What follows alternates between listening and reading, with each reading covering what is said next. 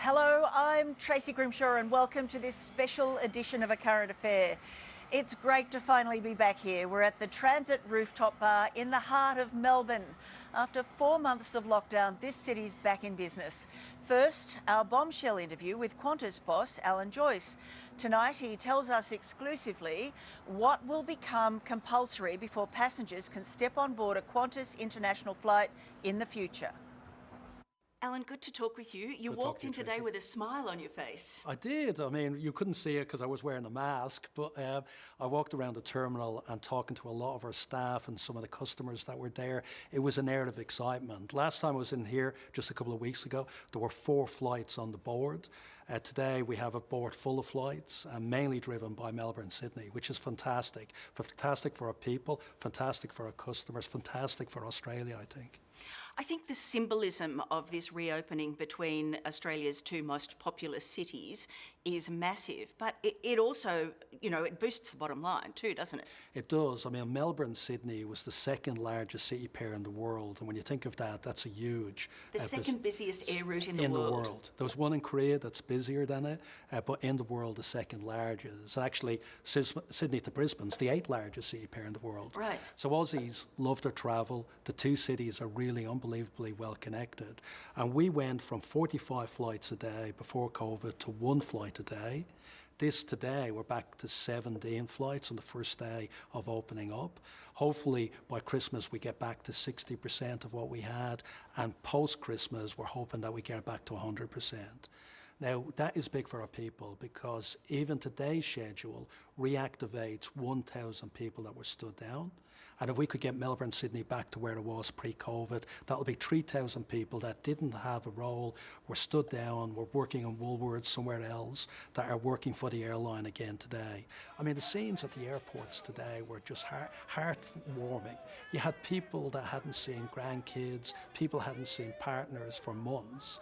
And it felt like those international scenes at an airport where people come back from a long working holiday and families were embracing them. That was great to see. And hopefully by Christmas we can have it across the country. Was there any trepidation? I mean, did those flights sell out quickly, for example? Because I wonder whether Melburnians, after being locked down for so long, would be worried about getting out. Well, actually the opposite. So in the moment the border announcement was made, we had 25,000 seats sold within 48 hours on Qantas and Jetstar. And Jetstar last week started selling a return fare sale, which is still available until tomorrow to your customers. And they sold 120,000 seats, mostly from people out of Victoria. The number 1 route was Melbourne to Cairns, Melbourne Gold Coast, Melbourne Sydney. And on today's flights, nearly 70% of the people on the flights are from Victoria wanting to come out of the state. I haven't flown for 12 months. I haven't been to the airport for 12 months because we were in bushfires this time last year and then obviously COVID hit. And it's decades since that has happened. So I have no idea what the protocol is on a plane right now. I mean, how are we 1 person per 4 square metres? How are you selling every seat? How is it working? Yeah, we are selling every seat because on an aircraft, it actually has protections that you don't have anywhere else. On an aircraft, the air is actually extracted 20 times every hour. In an operating theatre, in a hospital, it's 5 times every hour. The filters on the aircraft are hospital grade. They filter out COVID-19. The air is pushed from top to bottom. And Boeing did a study to say, using a very sophisticated computer model and testing it, they did a study to say sitting next to somebody on an aircraft is the equivalent of being 7 foot away from somebody on the ground. So it's the safest form of transport that you're going to get out there. And we've added extra protection. That's a lot of planes sitting doing nothing. There is, and that's an active runway. That's one of the busiest runways in the world before COVID-19, the east-west runway. And there's 50 aircraft parked there, or was at the peak it is, all protected, wrapped up, put into storage. And you can see now our engineers are starting to reactivate them. We spend 550 hours on each aircraft reactivating it. It's like one of those old houses, the mansions, everything covered up, and then slowly you're bringing it back to life. And that's what's happening here as we speak. Aircraft being brought back to life, the lounges being brought back to life bit by bit. And it's so good, it's so positive. That was heartbreaking seeing so many aircraft stuck there. So the sooner we can get the airline back in the air, get them back flying, and today is a good step in the right direction. And a lot of your viewers, a lot of our staff will be very happy to see this reawakening of the airline. It'll be nice to see that runway being a runway again. I can't wait till when that happens. Then we know we're just about back to normal. So domestic travel is reopening, but your international line is still in hibernation. The federal government has been very vocal about getting states to reopen their borders. Should we be more innovative about reopening our international borders? Well, one step at a time. We're very keen to get all of the domestic borders opening up, and hopefully before Christmas. Queensland makes a big decision at the end of the month, and we're hoping now with the amazing job New South Wales and Victoria have done, there's no reason why that border shouldn't open up. Then on international, we are being very optimistic, like the ministers are, like a lot of the industry is, on a vaccine. And we think with the rollout of a vaccine next year, we're optimistic that we could see the borders opening up quite significantly through 2021. What about, say, Europe or the US looking at more innovative ways rather than necessarily waiting for a vaccine? So ankle bracelets, for example, rapid testing, testing the sewerage on the planes, that sort of thing. Should we be looking at that? And we are. So what's great about the repatriation flights that we're now doing from Europe in particular, that are flying into Darwin, is that we are doing a test before people get on the aircraft with a PCR test.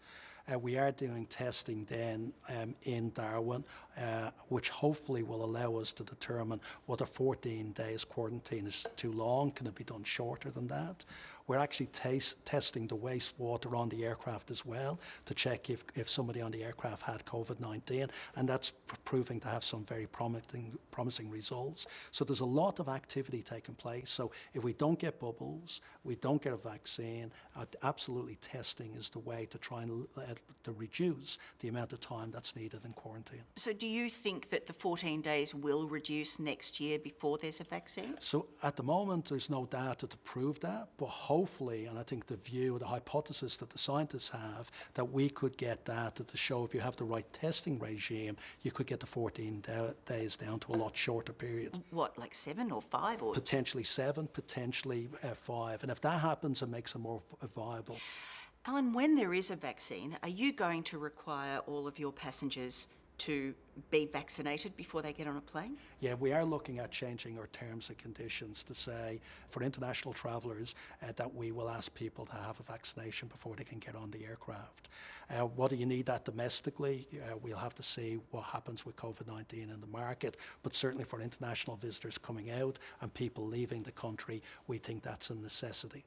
Is that something that you think will happen around the world, that we literally won't be able to travel anywhere unless we provide proof of vaccination? I think that's going to be a common theme. I'm talking to my colleagues in other airlines around the globe, and I think it's going to be a common theme across the board.